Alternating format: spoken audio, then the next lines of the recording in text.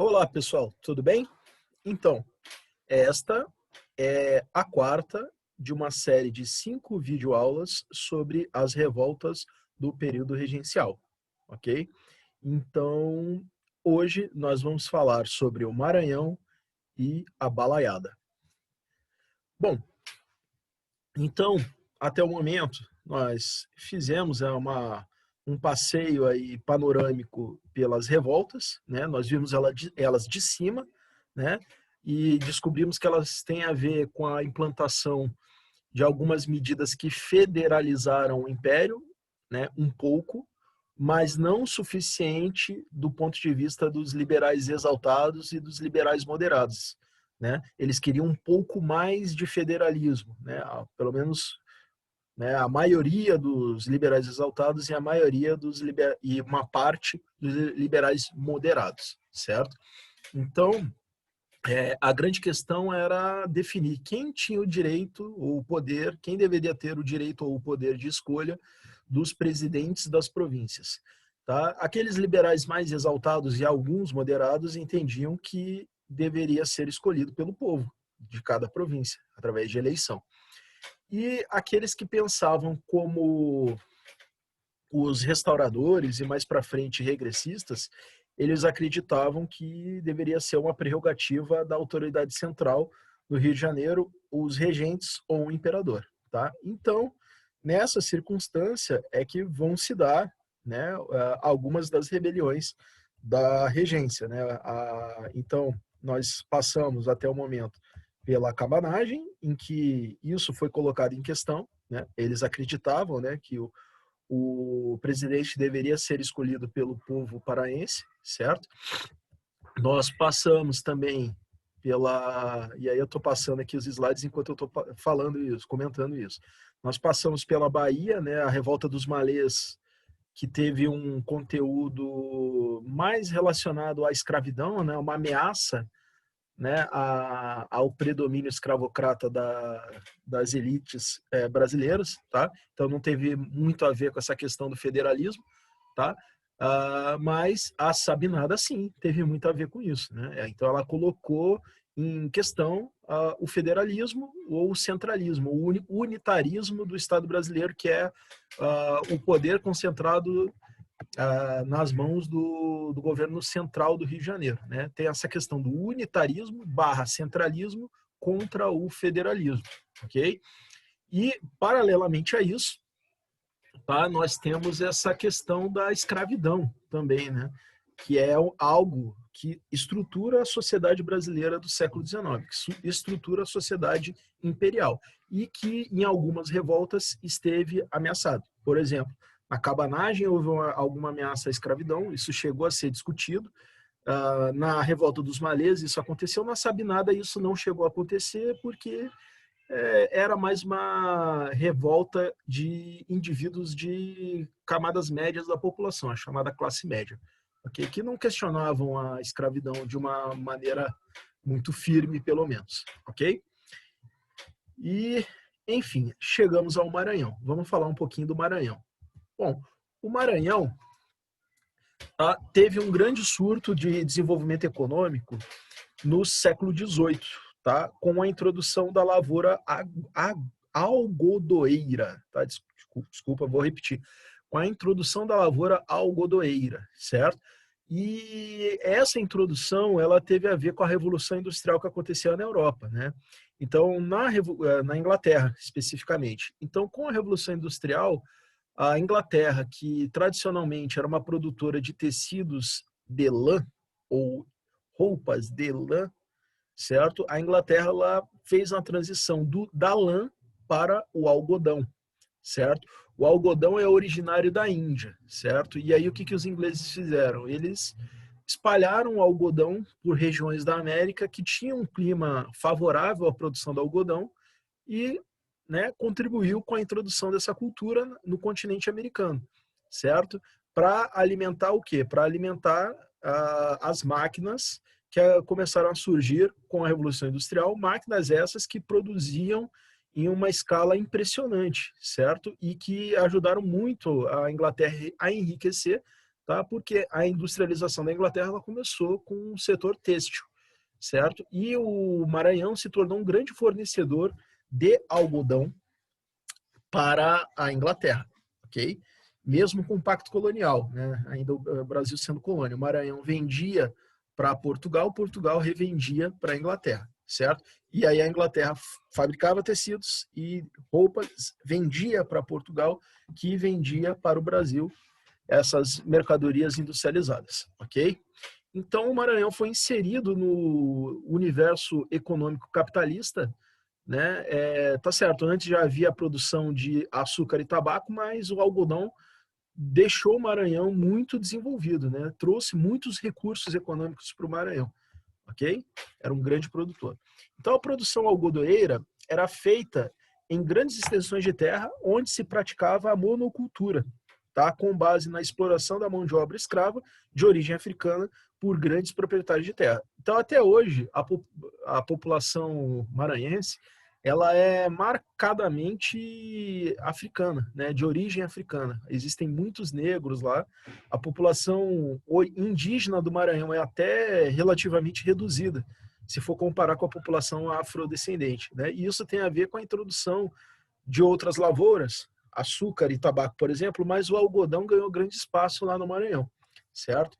Então, com isso, houve grande importação de mão de obra escrava da África, ok?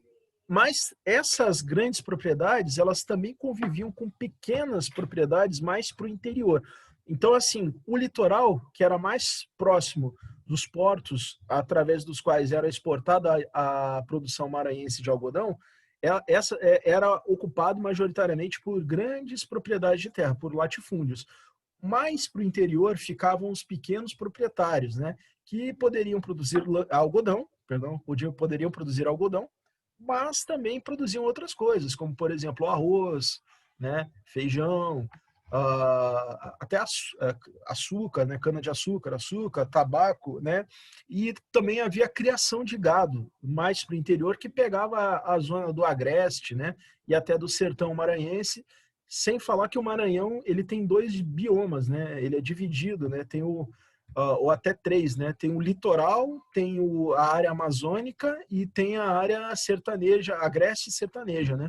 Então, também tem isso aí envolvido. Tem uma pecuária mais para o interior, um pouco mais próximo do litoral tem pequenos proprietários, né, que não ficam no litoral, mas ficam mais na transição, já indo entre o interior e o litoral, pequenos proprietários, né, que praticam uma série de atividades de agricultura e pecuária, e no litoral você tem os latifúndios, né, as grandes propriedades de terra. Então essa é a característica, né, da sociedade maranhense, só que assim, muito desigual, né?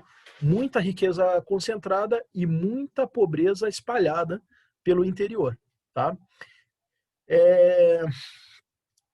Só que havia também pequenos produtores, tá, que ficavam no interior e que também queriam produzir para exportar, só que eles acabavam levando desvantagem nisso, porque a exportação era controlada por comerciantes portugueses que frequentemente eram aliados dos grandes proprietários de terra do litoral, né? Que acabavam colocando, podiam vender em maior quantidade, podiam fazer um preço menor do que os pequenos proprietários. Então, os pequenos proprietários sempre levavam desvantagem na medida que o preço do algodão ficava menor.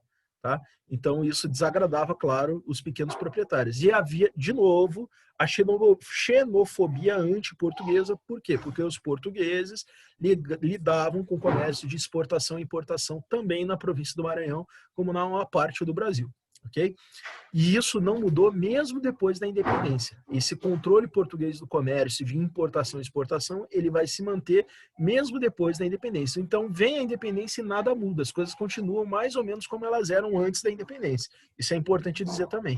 Porque às vezes a independência pode ter criado uma expectativa de melhoria e mudança na vida das pessoas e nada mudou. Tudo continuou como era antes. E teve luta, tá? Então, além da lavoura algodoeira, os maranhenses também praticavam a produção açucareira do tabaco e couro e coleta de cacau, certo? Porque, né, o Maranhão tem um pezinho na Amazônia, né, e o cacau é amazônico, ok? a maior parte da população, os caboclos, né, como acontecia no Pará. Aliás, o Maranhão é vizinho do Pará, né? Então, a maior parte da população, os caboclos, vivia na extrema pobreza, tá? Sobrevivendo da coleta das drogas do sertão também, tá? Da pesca e praticando agricultura de subsistência, certo? Então, essa é a situação da maior parte da população do interior do Maranhão. Tá? Essa realidade, na década de 1830, condicionou o surgimento de um antagonismo entre os caboclos e os fazendeiros escravistas, tá? E, por fim, preparando o território para a eclosão da balaiada. Ok? Então, olhando o mapa do Maranhão, a gente percebe o que a gente está falando. Ó. A gente está vendo ali aquela região ali litorânea, tá? Próxima ao Oceano Atlântico, ela era ocupada por grandes propriedades. O interior, né, ele tinha um lado amazônico e um lado de agreste sertão. Tá? Ele era ocupado por pequenos proprietários que também produziam algodão, mas também produziam outros itens, tá? E praticavam a pecuária, que é muito mais comum na região do sertão, certo? Então, essa que é a característica, digamos, socioeconômica e demográfica da população do Maranhão. Vamos seguir. Bom, e aí vem a balaiada, tá? Então, tá? A gente está vendo que o Maranhão tem problemas que vão para além do problema de quem vai ser o nosso presidente, né? Tem problemas socioeconômicos aí também que atravessam a população e que colocam, importante dizer, pessoas pobres contra pessoas ricas dentro da mesma província, maranhense contra maranhense, tá? Vamos ver o que isso aí vai resultar. Bem, a balaiada foi uma revolta da população pobre do sertão do Maranhão, os caboclos, contra as elites locais agrárias do litoral. Tá? Então foi uma coisa interna. É um pouco diferente das outras.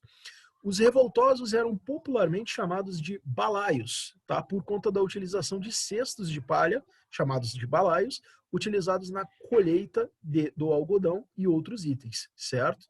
Então tem isso. Tá? A revolta ocorreu entre 1838 e 1841. Entre as lideranças se destacavam, tá, a figura do Manuel Francisco dos Anjos Ferreira, né, Manuel dos Anjos, tá? Devia ter negritado ali Manuel dos Anjos, né, que era o nome pelo qual ele era mais conhecido. Artesão conhecido como balaio. Ele que era o grande líder da balaiada, ele era o balaio, ele era fabricante de balaios, certo? E Raimundo Gomes, tá, que era um vaqueiro. Tá faltando mais um aí, já vou mostrar aí. Os revoltosos chegaram a tomar a cidade de Caxias, que era a segunda maior cidade do Maranhão. Tá? Se eu não me engano, ainda é. Tá? Mas não conseguiram resistir ao ataque do então coronel Luiz Alves de Lima e Silva, que os massacrou. Tá? E aqui está uma coisa importante. Tá? Frequentemente ocorriam revoltas e a Guarda Nacional, que era a organização que deveria colocar a ordem, frequentemente a Guarda Nacional ou ela não era competente para reprimir a revolta, ou até mesmo a Guarda Nacional ela estava do lado, de alguma forma, ficava do lado dos rebeldes, ou, né, ou ela ficava dividida, ok? Então acabava que quem reprimia essas rebeliões eram tropas, pelo menos, se não eram tropas do exército, eram tropas comandadas por oficiais do exército, como foi o caso, né, do então coronel Luiz Alves de Lima e Silva, que era filho do Francisco Alves de Lima e Silva. Daqui a pouco eu vou revelar, caso alguém não saiba ainda, não tenha se ligado, qual é a identidade secreta do Luiz Alves de Lima e Silva, o coronel Luiz Alves de Lima e Silva, que era filho do marechal Francisco Alves de Lima e Silva, que foi um dos regentes da regência trina provisória e da regência trina permanente. Vamos lá. Luiz Alves tornou-se presidente da província, foi nomeado, né, e foi condecorado com o título de Barão de Caxias. Aí já ficou mais fácil, né? Barão de Caxias, tá? Ainda é Barão de Caxias, ok? Então ele foi o grande repressor, né? Vamos dizer assim, ou se preferirem, né? O grande pacificador da província do Maranhão. Mas foi uma pacificação à base do uso da violência. Tá? Porque ele julgou, as autoridades do Império julgaram necessária agir dessa forma contra os balaios, certo? E uma coisa importante de se dizer, nenhum dos líderes da balaiada eram da elite, diferente da cabanagem, em que tinha líderes de elite que acabaram abandonando o movimento, certo? Na cabanagem e da sabinada também, não tinha ninguém de elite, mas tinha um líder de classe média que acabou sendo degradado lá para o Mato Grosso, certo? Aqui, nenhum líder nem era de classe média, era gente mais humilde mesmo, né? Gente pobre, tá? Liderança pobre, gente que trabalhava com as mãos e com os braços. Essas pessoas lideraram a balaiada e foram reprimidos energicamente, duramente, violentamente, tá? Pelas tropas do Exército e também da Guarda Nacional, comandadas por um oficial do Exército, o Coronel Luiz Alves de Lima e Silva. Tá? Então vamos ver algumas das lideranças. Tá aí o Manuel Francisco dos Anjos Ferreira, tá? Que era um fabricante de balaios. Ele é o balaio, certo? E foi um dos principais líderes da balaiada. Tá? O vaqueiro, Raimundo Gomes, foi outro líder da balaiada, certo? E outro líder que não está mencionado ali é o Cosme Bento, tá? Que foi preso e enforcado em 1842. Tá? Era um homem negro, né? E foi preso e enforcado. Tá? Aliás, todos os líderes, tá, foram executados. Ok? A balaiada se concentrou no sertão interiorano do Maranhão, né? Vocês podem ver ali, né, no mapa, tá? Aquela área pintada de rosa, certo? Mais para o lado do sertão mesmo, o lado amazônico, que seria ali próximo do Pará, não teve tanta repercussão assim a balaiada. É mais o lado sertanejo, né? Ali no meio, a cidade de Caxias, que era a segunda maior cidade da província do Maranhão. Tá? A balaiada foi uma rebelião com caráter genuinamente social. Tá? Então, o que eles queriam? Eles desejavam diminuir as desigualdades. Né?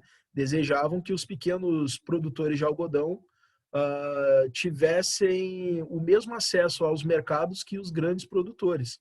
Certo? Então, assim, era um desejo por uma equidade, se não uma equidade social, pelo menos uma equidade de oportunidades entre os grandes e os pequenos ali da região.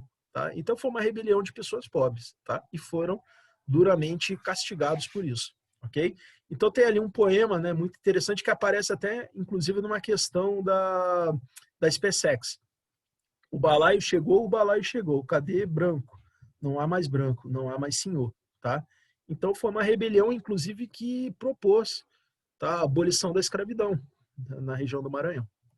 Tá? Mas eles foram, tá, severamente castigados por isso. Tá?